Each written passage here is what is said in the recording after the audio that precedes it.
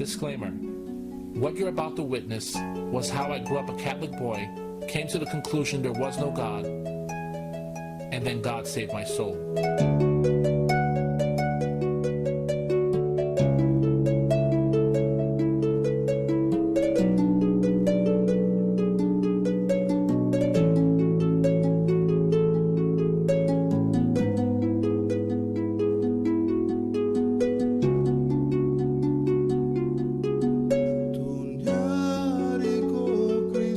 No add-ons and no exaggerations on how the devil confused my mind and shut my eyes to the truth for 30 years.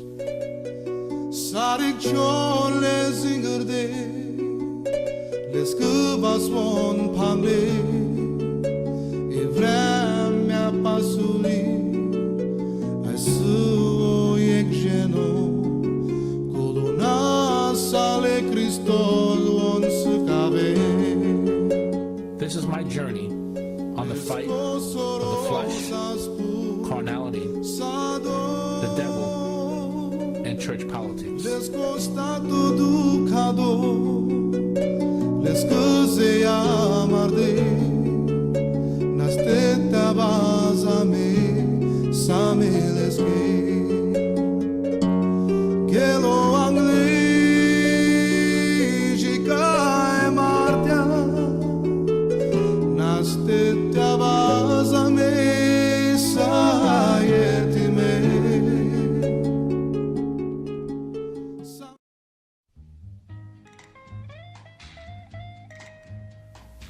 I was born at the Lenox Hill Hospital in New York City in 1969.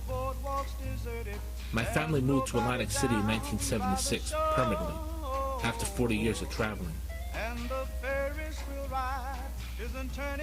My immediate family moved out of Atlantic City in 1999. And I guess I'm still hurt about it, because I check the Atlantic City Facebook every day like someone reads the newspaper, just to keep in contact with my hometown. You see, I still got sand in my shoes. But who can blame me? I love growing up in Atlantic City, because we were like one big family.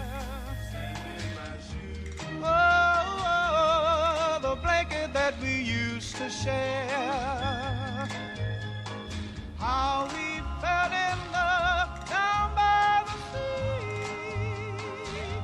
comes back to me with the sand. Everyone lived about 3 blocks away from each other, and the doors were always open to you. My Uncle Bob and my dad were great dressers and great businessmen, so they decided to open up a men's clothing shop called New York, New York, right in the middle of town. And they did great. When the water was cold, you would tremble and hold me. So while our dads were at the men's stores, our moms were telling fortune on the boardwalk. We were free to roam the city.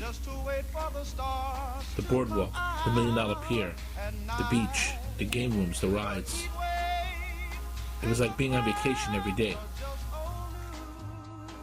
See, we grew up in an era where kids can leave the whole day without cell phones, and parents didn't have to worry. My father made me a big Hawaiian wedding in 1985, and it was packed with family and friends. It was one of the bigger weddings of that year. Oh, the blanket that we used to share. 6 months later, we bought a property right around the corner from my Uncle Bob's property. And of course, we redecorated. Comes back to me with the sand. The parties we would make, the barbecues, What the Mitchell crowd is doing is out of the world on the golf course. CBS, the best. Eating, drinking, golf course. Got nothing but hot dogs. Thanksgiving,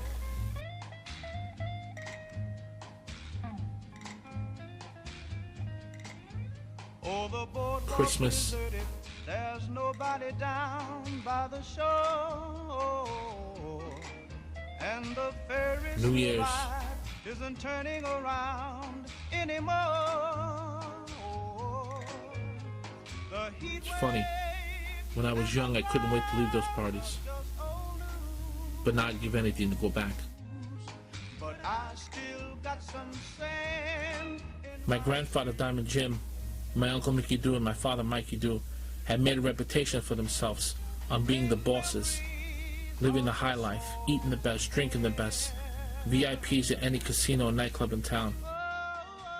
So one day me and my cousins decided it was our turn to show AC what we had.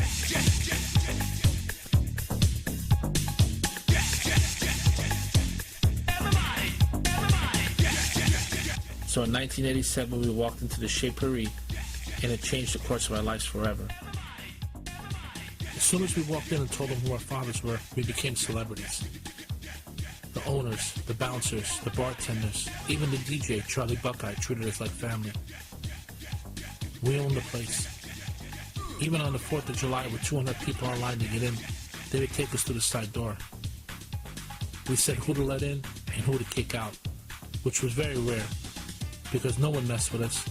We were 25 guys at the bar buying drinks for the whole club. And even if someone did try to start with us, we would just say, forget about that fight. Let me buy you a drink instead. And they would wind up being our good friend. Worked every time. You see, the reason why we lasted over 10 years in the clubs is because we never abused our power.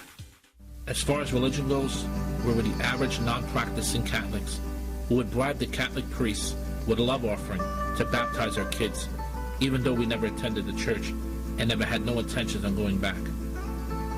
Except for Palm Sunday, so we can gather a few palm leaves that were made into crosses, so our mothers can put in the office on next to their statue of St. Anthony. This is stuff that Christians hate. Christians hate being here. For the simple reason is they only believe in Jesus Christ. Aren't you a Christian? I am. Well, not today. I'm a Catholic today, but the other 300 days out of the year I'm Christian. Bomanas, Slavas, and of course the mother of all religious days, St. Anne. We kept them perfectly by eating and drinking and having house parties into the wee hours of the night. As long as we had a picture of St. Anne and a candle on the table, we were honoring her holy name. In 1971, my father and Uncle Bob had 2 apartments on the 3rd floor on 40th and Sampson Street in Philadelphia. The weather was so cold outside, the entire building had their heat up to 90 degrees, which caused the whole building to burst into a 4-alarm fire. With no escape, our families had to climb out the window and stay on the ledge until someone helped. My father seen a man who looked 10 feet tall wearing a long raincoat. He screamed to him, "Quickly, throw the baby." In a panic, my father tossed me, and the man grabbed me and put me to safety. After the fireman helped the rest of the family off the ledge and onto the streets, my father asked, "Where's the tall man with the long raincoat who saved my son?" The fireman and the witness had no idea what he was talking about. He vanished into thin air, so they knew it was an angel. So in their gratitude, my father and Uncle Mickey Doo decided to make gypsy history and make a slava for St. Giorgiano at the legendary nightclub and home of the Rat Pack, the 500 Club, right in the heart of Atlantic City. Gypsies from all around the tri-state area came to celebrate with them. You see, that's what living in Atlantic City was in a nutshell. Whatever my grandfather, father, and Uncle Mickey Doo did was always front page.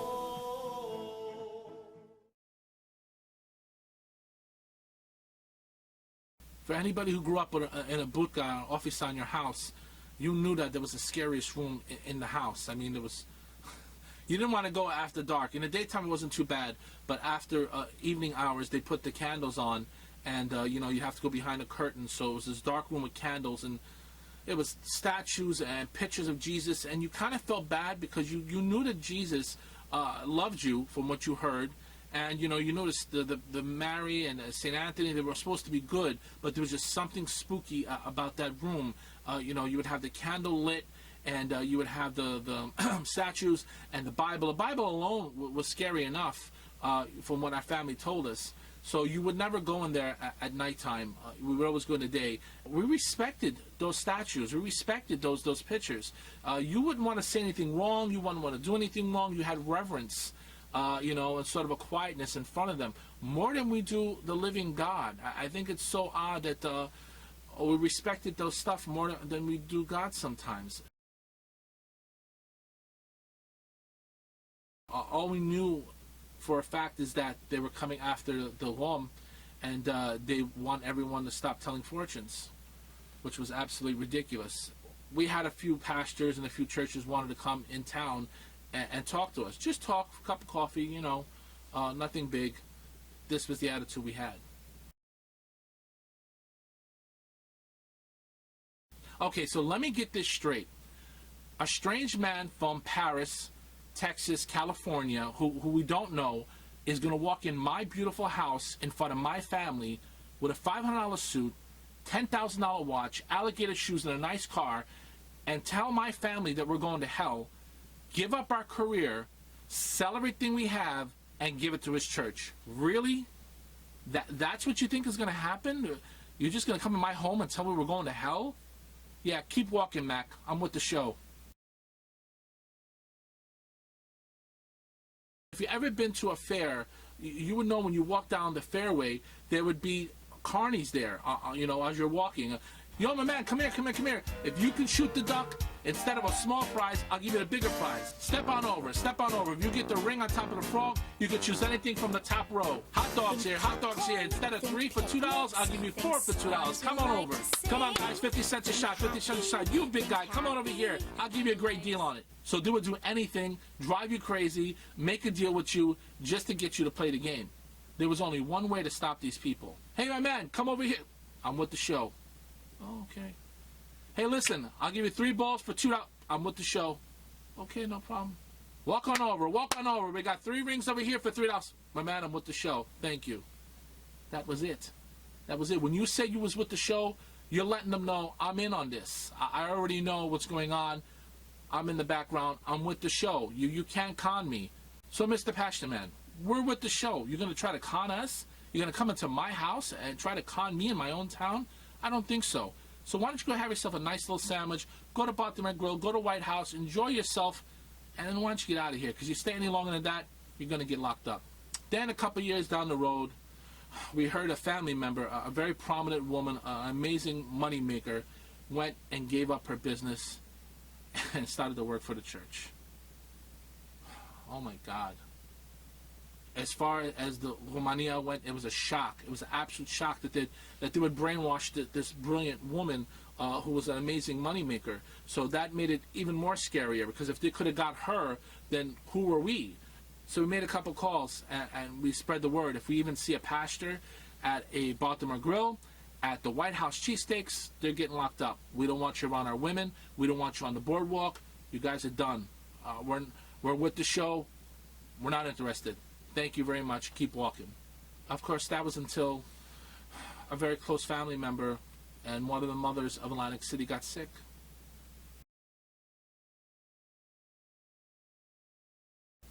So they asked if we can have a healing service, this family. If a couple of pastors come in, do one night and do a healing service. Now you have to understand something, that we still believed in God. We still believed in miracles. You know, it wasn't against that. The only thing we was against is you trying to convince us to do something we didn't want to do, to give up our business and tell we're going to hell. But if someone needs help, if someone needs a miracle, then okay, we'll have one night, you know, let her receive her healing, and then they got to go.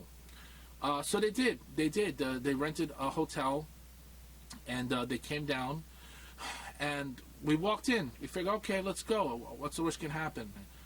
At first, it was okay. You know, they were singing a little music, and they were clapping their hands, and then people started dancing, started spinning, started fainting, started screaming, started crying. My God. People were taking flags and dancing around with them.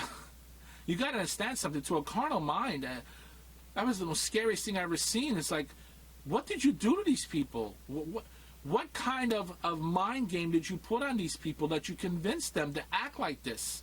This was like a body snatcher.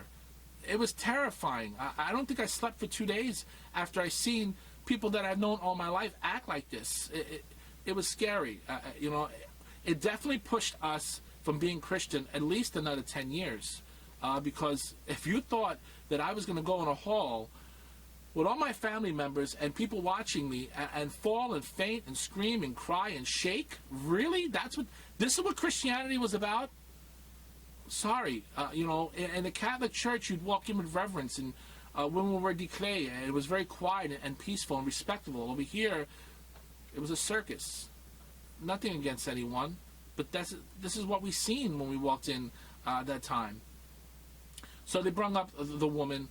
They prayed for her. Fine. Glory to God. After her therapy and whatever, she got healed. So whatever it was, it was. We thank God for it as Catholics, that she was healed. But as far as Christianity went, if that's Christianity, we're good. Now, just because we rejected the church didn't mean it wasn't going to grow, because it did. Churches started opening up all over the nation. There was big church revivals and big baptisms, and they invited us anyway, but we wasn't interested.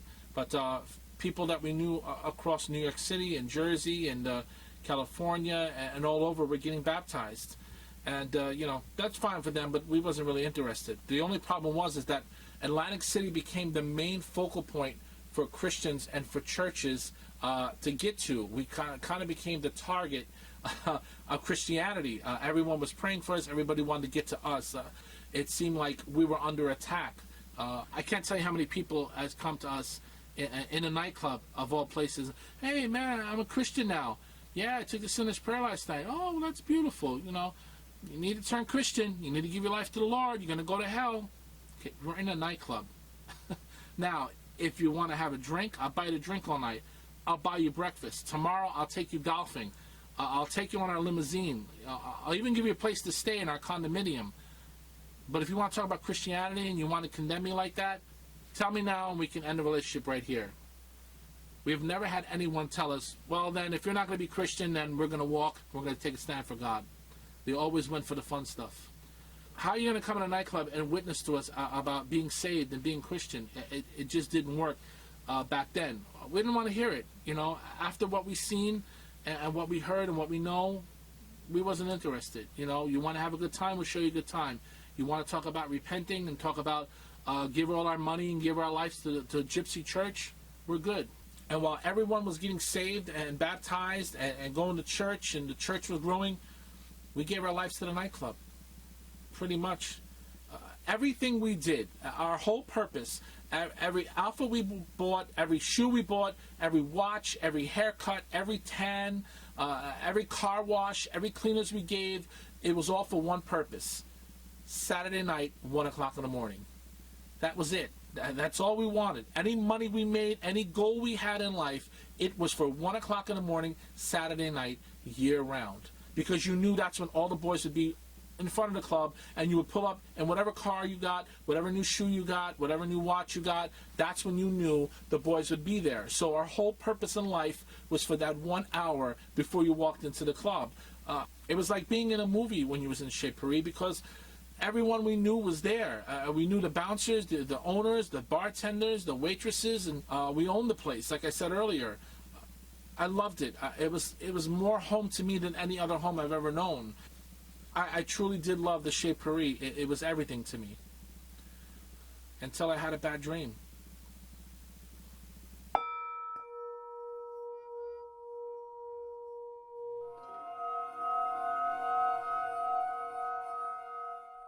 I had a bad dream. I woke up in the Chez Paris. On the opposite side of the room, looking on the dance floor.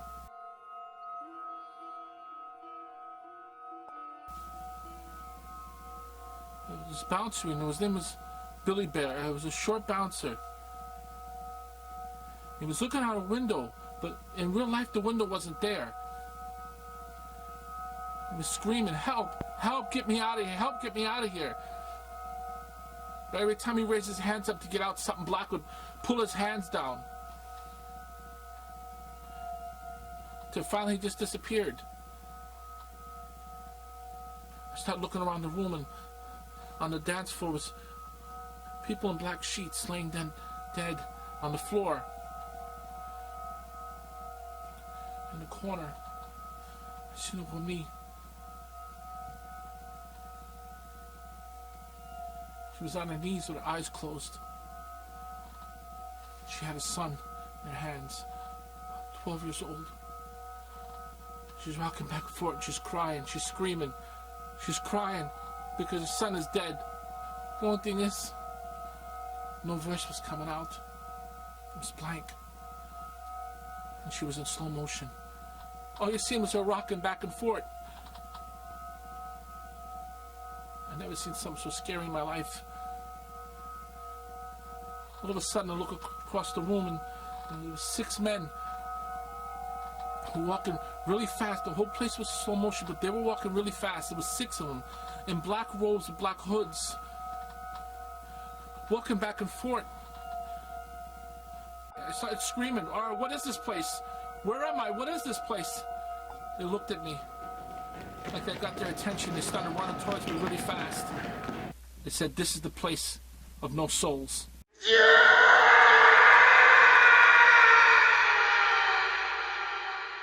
So I got up screaming. Uncle Jesse and Bibi Nasha's family were staying with us at the time. Susie and Serena got up. I started screaming, "What is it? What is it?" I couldn't breathe. I couldn't even talk. So Serena went upstairs and got my mother and Bibi Nasha, which I was more panic, of course. "What happened? What kind of dream did you have? What did you see?" I'm just crying. I'm crying. I'm screaming. I'm crying. It was horrible. So my mother ran into the office and grabbed the holy water and started making crosses on me, the holy water. Vinasha started praying, which actually that even spooked me even more because it made it more real. I never did get to explain what it was for at least a couple of days. They made me promise never to go back, and I told them that's not a problem. I never wanted to see Chez Paris again. I never wanted to see that bouncer. I never wanted to see those walls. It was terrifying. I never wanted to go back. The problem is, I didn't have to.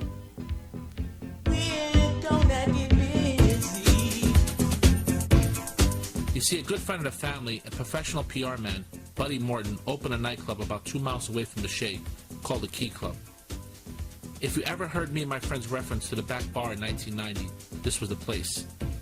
The first floor was a restaurant called Bourgeois, with the greatest hot roast beef sandwich and azure sauce, and the best fettuccine alfredo in the world. The second floor was the main nightclub that was painted all white with white bright lights. It was like a breath of fresh air. And the third floor was a piano lounge. We had to fight with our fathers on what nights they would go and what nights we could go.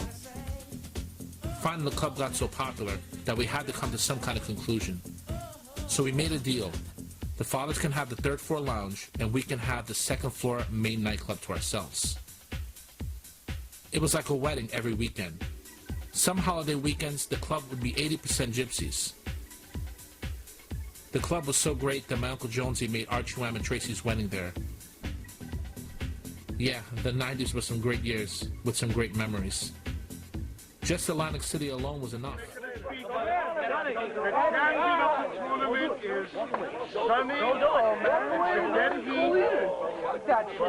4 strokes. Gave me $10. 300, you're on 1 hole. You know, that was me. I would have said double at 600. I would boost some more. Like the 2 men's stores we opened. One in Margate, New Jersey, about 6 miles out of Atlantic City.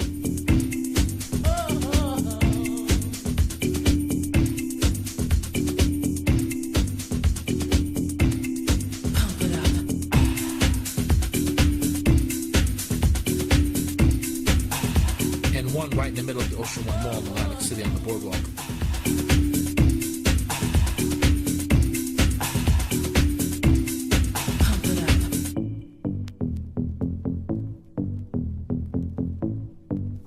It's also the time when I got my BMW 735iL Platinum Silver with the special edition wheels.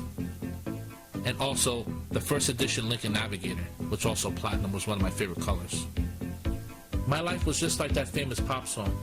My future looked so bright, I had to wear shades. That's why for the life of me, I still can't figure out what led me to make such a drastic decision one night.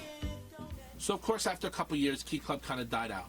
And the owner, Buddy Morton, decided to reopen the Chez Paris with ex-bartender Fast Eddie, who used to work there, of course, for 30-something years. And they first opened it, they called it Tattingers after the champagne. And Tattingers came in and said they couldn't name it that, so they had to name it Deja Vu, which made sense because all the old gang and all the old people that we used to hang out with at Chez Paris was back. So it was like deja vu. And of course, the dream I had a couple years back, I wasn't afraid anymore, So walking in, it was like home again. All the same people, all the same bartenders, great DJ. It was having a great time again. So one night I walked in, it was an off night, and I looked around the club, and I looked at the dance floor, and looked at my friends, and, the bartenders drinking a club soda. And all of a sudden, something came over me. I'll never forget it.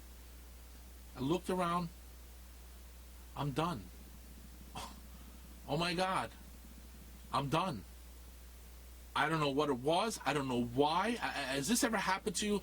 Maybe not even just in Christianity, because that's what Christianity is supposed to be, a born-again experience. When you get this absolute repentance of something, something snaps in you. And at that moment, something just went, wow, I'm absolutely done from this nightclub, or from nightclubbing, period, which I never walked in a nightclub again. This is why I never contribute my Christianity to not drinking and not gambling and not going nightclub, because I did that, repented from it, if you want to call it, a couple years before I even got saved. I even went through my atheist period after this. So to me, to say, oh, God, I gave this up for God, I kind of get upset when I hear people say that. You didn't give up nothing for God. Please forgive me for saying that, but this is my personal opinion, that I've known hundreds of people who changed their life around, who stopped drinking, stopped gambling, live a better life, married the girl that was supposed to marry and stopped going out to nightclubs, and, got a better job and just cleaned up their act without even being Christian. Because repentance only means change your mind about your situation or the sin. And in Christianity, it's called sin. But in everyday life, it's just change your life around, have a better life. Again, so God did it all. You didn't do nothing. You could have gave up drinking, gambling, and partying and be a good boy and still not be saved. So I'm just here to try to give God all the glory, that your salvation depends on Him, not on you giving up something. So at that time, when I gave up nightclubbing, it really was just me going, I had it. I was done. It was an absolute cut off, a flush feeling in my heart and my mind. So on the way home, I'm thinking to myself, okay, I'm 26 or 27 years old, vacationed everywhere I wanted to vacation to, all the cars I ever wanted, properties, men's clothing shops, nail salons, we owned detail shops, limousines, condominiums, anything I ever wanted. I had at least 27 years old. What was next? What could I possibly did now that I could enjoy life? There was nothing left for me to do. So I went home that night, and I decided to pick up the Bible.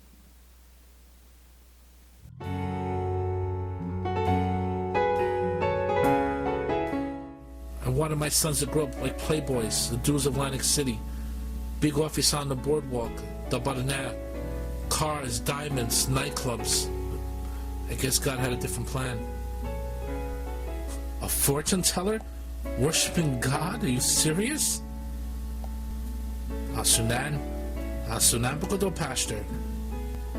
Bre di knalla from the pulpit scene in Bre. The 500 men's retreat, it's over. It'll never happen again. It was a passing phase. That moment is gone. Then God told me, I gave you a ministry. It's right under your nose. It's called YouTube.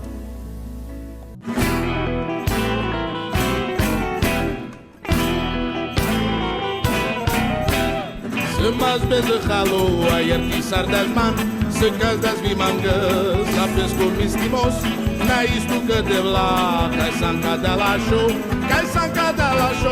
cai da mano traio. Já dictar chodeu, palacho beza como lo contuso. O acarego, nazurar tu choilo anglalestei. Oh,